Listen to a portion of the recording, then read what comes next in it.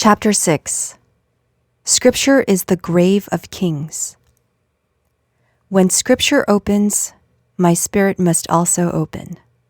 No matter where in Scripture I look, the word must come out as one.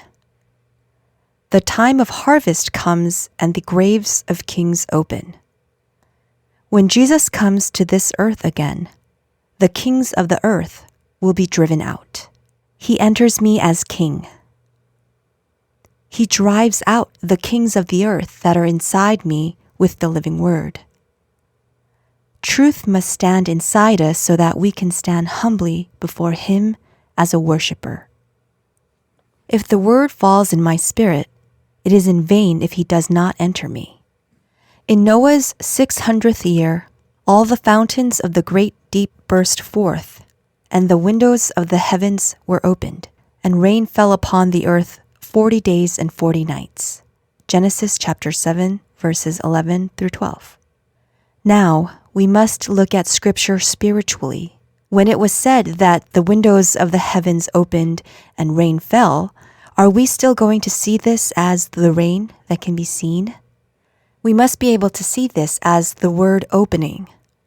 That the great deep burst forth refers to the opening of the Spirit. The things that come down from heaven and the things that come out from the earth must be the same. The heavens open and truth must come out. The Spirit opens and life inside the spirit of man must awake. God's words proclaimed at the era of love are food for life in man's spirit. If I cannot open my spiritual eyes and see Scripture, it merely becomes Western scholarship. If I see Scripture in this way, it has nothing to do with me.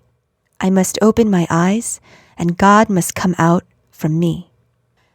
If I do not know one, I cannot know two. I must know the first one first.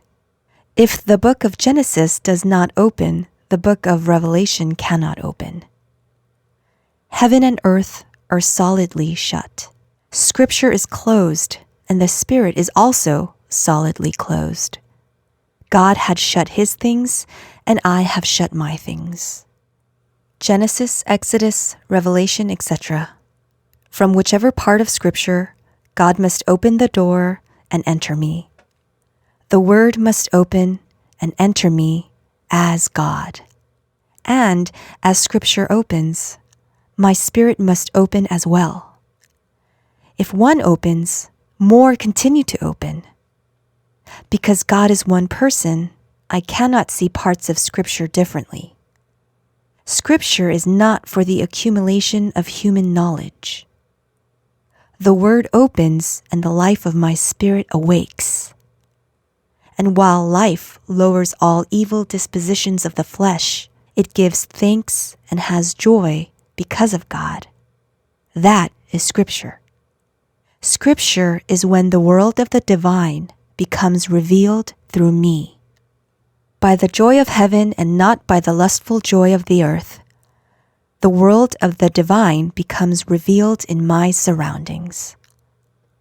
This joy must also then become revealed in my family. When the people in Scripture are torn, life comes out of them. For 6,000 years, we had brushed past Scripture. But if I want to eat the kernel inside it, the door must open, and I must go inside.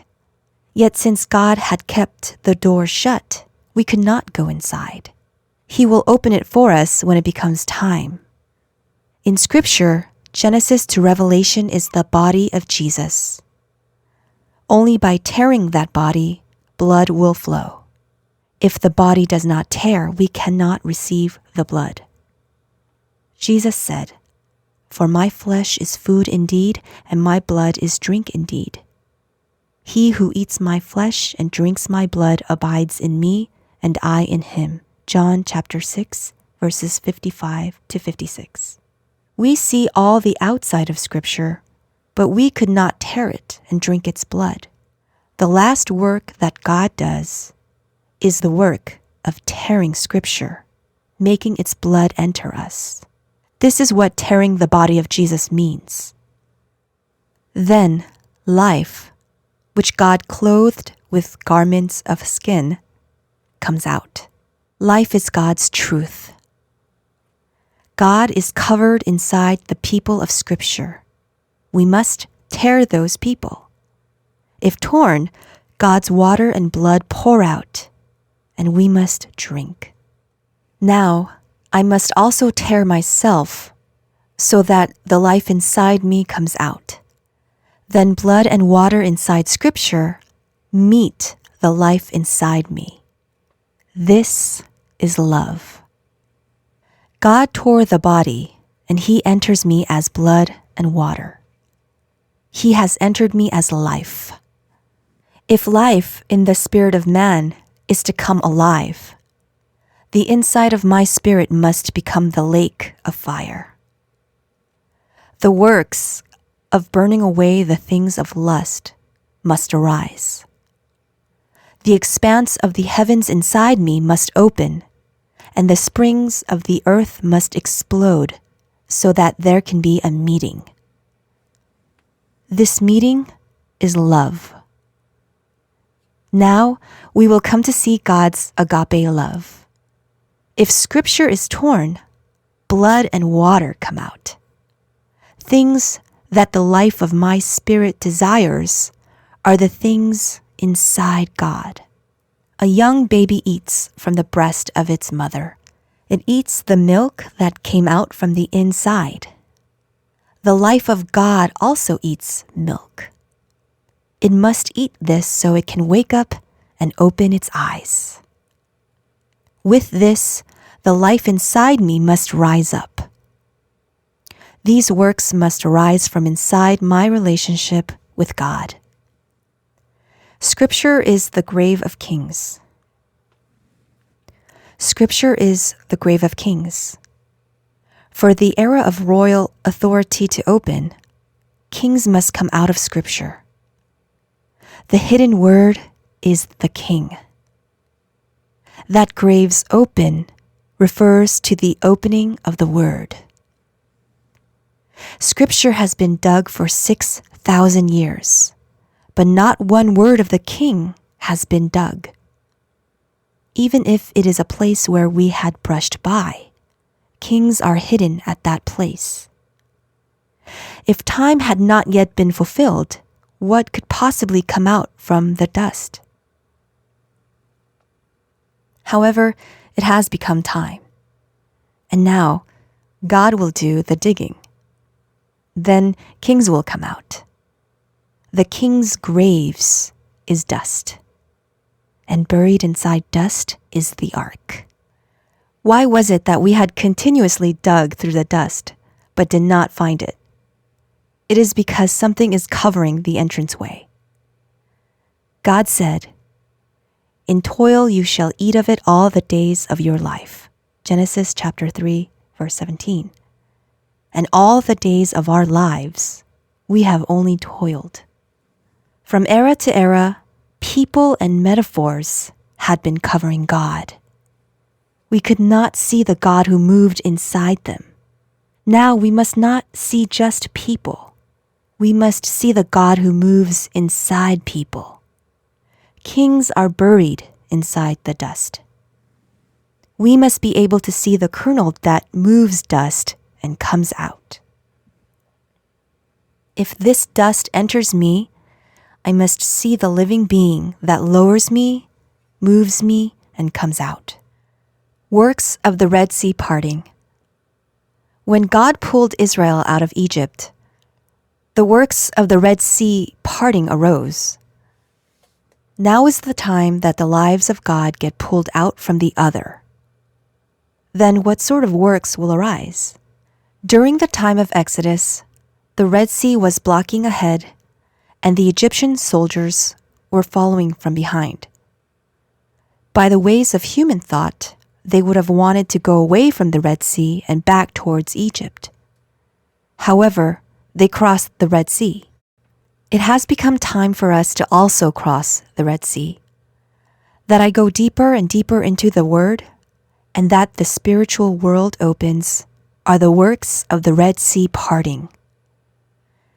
This is the works of the Red Sea parting.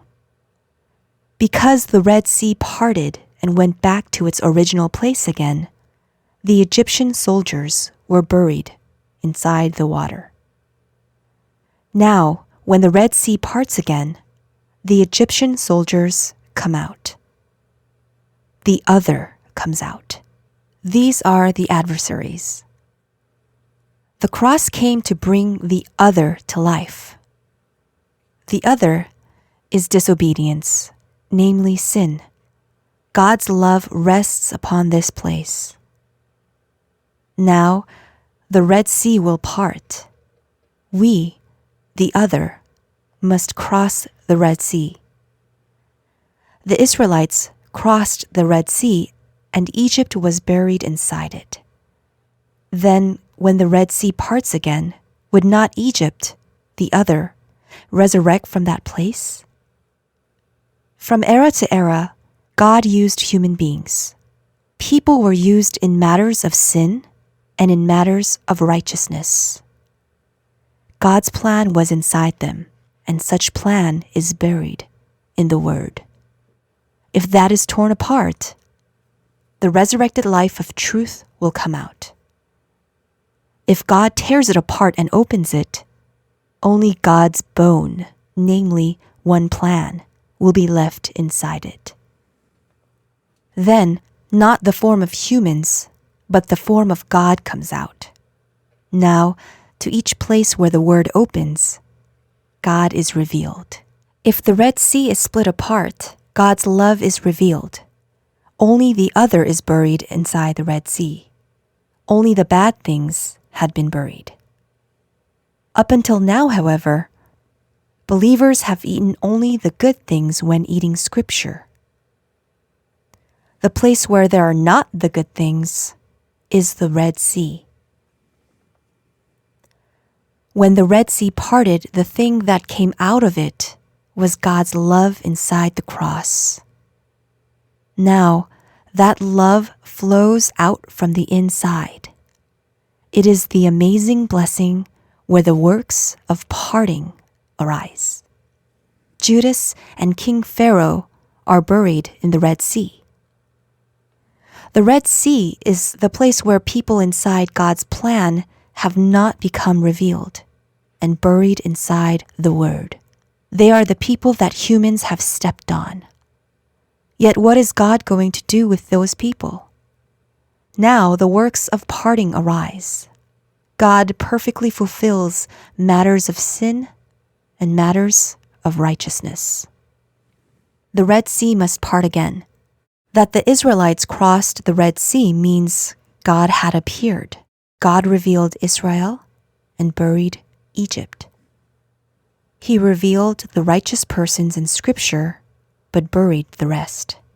But if God parts it again, something valuable will come out from the inside. They are not the things of human. The entire things of God will come out. When human beings saw Scripture literally, they picked and chose to eat the good things and buried the rest. They had stepped on the rest. The things inside them do not come to the outside, and so the greatest of blessings have been left over. Then the greatest blessing, the most precious love, is buried inside Revelation.